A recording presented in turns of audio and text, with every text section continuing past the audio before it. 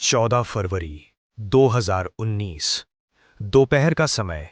कश्मीर की ठंडी हवा और जम्मू श्रीनगर राष्ट्रीय राजमार्ग पर आगे बढ़ता एक लंबा काफिला। सब कुछ सामान्य दिखाई दे रहा था। गाड़ियां अपनी गति से चल रही थीं, जवान अपनी मंजिल की ओर बढ़ रहे थे। किसी को अंदाजा भी नहीं था कि कुछ ही सेकंड बाद ऐसा धमाका होगा जिसकी गूंज केवल घाटी तक सीमित नहीं रहेगी, बल्कि पूरे देश को भीतर तक झकझोर देगी। लेकिन इस कहानी की शुरुआत उस धमाके से नहीं होती। इस कहानी की शुरुआत होती है उन चुपचाप चलती गाड़ियों से, उन जवानों से और उन चेतावनियों से जिनके बारे में बाद में कई सवाल उठे। ये कहानी है 2019 के पुलवामा हमले की।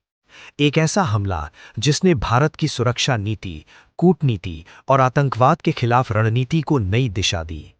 उस दिन 14 फरवरी 2019 को सीआरपीएफ का एक बड़ा काफिला जम्मू से श्रीनगर की ओर जा रहा था। खराब मौसम और बर्फबारी के कारण कई दिनों से जवानों की आवाजाही रुकी हुई थी। जब मौसम साफ हुआ तो एक साथ बड़ी संख्या में जवानों को भेजा गया। करीब 78 वाहनों का काफिला, जिसमें लगभग 2500 से अधिक जवान सवार थे। दोपहर लगभग 3:15 काफिला पुलवामा जिले के लेथपुरा इलाके के पास पहुंच रहा था। सड़क पर सामान्य यातायात चल रहा था। अचानक एक रेड मारुति इको तेज रफ्तार से काफिले की ओर बढ़ती है। कुछ ही सेकंड में वो गाड़ी सीआरपीएफ की एक बस से टकरा जाती है और फिर एक भीषण विस्फोट। धमाका इतना शक्तिशाली था कि बस के टुकड़े दूर दूर तक बिखर गए। सड़क मलबे से भर गई। धुएं का गुबार आसमान में छा गया। कुछ ही पलों में वहां अफरा तफरी मच गई। इस हमले में 40 सीआरपीएफ जवान शहीद हो गए। यह भारत के सुरक्षा बलों पर हुए सबसे घातक हमलों में से एक था। लेकिन सवाल यह है, यह हमला कैसे संभव हुआ? हमलावर की पहचान आदिल अहमद डार के रूप में हुई, जो पुलवामा जिले का निवासी था। वो पाकिस्तान स्थित आतंकी संगठन जैश-ए-मोहम्मद से जुड़ा हुआ बताया गया। हमले के कुछ समय बाद इसी संगठन ने इसकी जिम्मेदारी ली। जांच में सामने आया कि हमले में बड़ी मात्रा में विस्फोटक सामग्री का इस्तेमाल किया गया था। राष्ट्रीय जांच एजेंसी एनआईए को जांच सौंपी गई। एजेंसी ने घटनास्थल से मिले अवशेषों, गाड़ी के हिस्सों और इलेक्ट्रॉनिक सबूतों की गहन जांच की। धीरे धीरे तस्वीर साफ होने लगी। ये कोई अचानक लिया गया फैसला नहीं था, इसके पीछे महीनों की तैयारी थी। स्थानीय स्तर पर मदद, विस्फोटकों की व्यवस्था, रेकी और काफिले की आवाजाही की जानकारी, सब कुछ एक सुनियोजित साजिश का हिस्सा था। इस घटना ने पूरे देश को भावनात्मक रूप से झकझोर दिया। जब शहीद जवानों के पार्थिव शरीर उनके गृह राज्यों में पहुंचे तो हजारों लोग सड़कों पर उतर आए।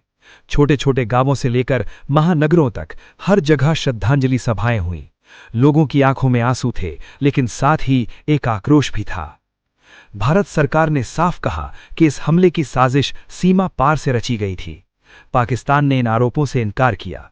दोनों देशों के बीच तनाव तेजी से बढ़ने लगा। फिर आया 26 फरवरी 2019। हमले के 12 दिन बाद भारतीय वायुसेना ने नियंत्रण रेखा पार कर पाकिस्तान के बालाकोट क्षेत्र में हवाई कार्रवाई की। भारत ने दावा किया कि इस कार्रवाई में जैश-ए-मोहम्मद के प्रशिक्षण शिविरों को निशाना बनाया गया था।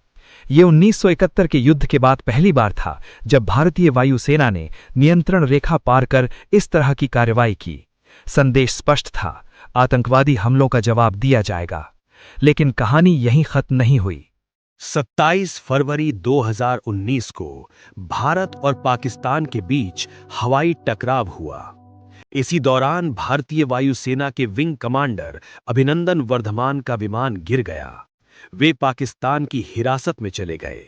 उनकी गिरफ्तारी और फिर 1 मार्च 2019 को रिहाई ने पूरे घटनाक्रम को और भी संवेदनशील बना दिया। दुनिया की निगाहें दक्षिण एशिया पर टिक गई थीं। 2 परमाणु संपन्न देश आमने सामने खड़े थे। अंतर्राष्ट्रीय समुदाय ने संयम बरतने की अपील की।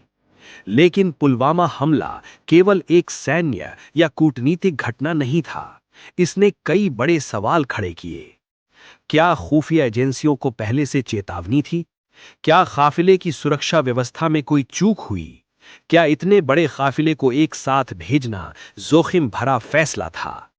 सरकार ने कहा कि सामान्य सुरक्षा अलर्ट होते रहते हैं, लेकिन किसी विशेष हमले की सटीक जानकारी नहीं थी। वहीं आलोचकों ने सुरक्षा व्यवस्थाओं की समीक्षा की मांग की। इसके बाद कई नीतिगत बदलाव हुए। काफिलों की आवाजाही के नियम बदले गए। स्थानीय इंटेलिजेंस नेटवर्क को मजबूत करने पर जोर दिया गया। आतंकवाद से जुड़े मामलों में कड़े कानूनों का उपयोग बढ़ा। जांच एजेंसियों ने हमले से जुड़े कई लोगों को गिरफ्तार किया। कुछ संदिग्ध बाद में सुरक्षा बलों के ऑपरेशनों में मारे गए। विस्फोटकों की आपूर्ति, गाड़ी की व्यवस्था और साजिश के तारों को जोड़ने में कई महीनों की मेहनत लगी। इस पूरे घटनाक्रम ने यह स्पष्ट किया कि आतंकवाद अब केवल सीमा पार से घुसपैठ का मुद्दा नहीं रह गया है। स्थानीय स्तर पर कट्टरपंथ, सोशल मीडिया के माध्यम से उग्र विचारधारा का प्रसार और युवाओं का आतंकी संगठनों की ओर आकर्षित होना, ये सभी जटिल चुनौतियां हैं। पुलवामा हमले के बाद भारत ने अंतर्राष्ट्रीय स्तर पर भी कूटनीतिक प्रयास तेज किए। कई देशों ने हमले की निंदा की। संयुक्त राष्ट्र में जैश-ए-मोहम्मद के प्रमुख के खिलाफ कार्रवाई की मांग दोबारा उठी। अंततः अंतर्राष्ट्रीय दबाव बढ़ा। लेकिन इन सब राजनीतिक और रणनीतिक घटनाओं के बीच एक सच्चाई सबसे महत्वपूर्ण है।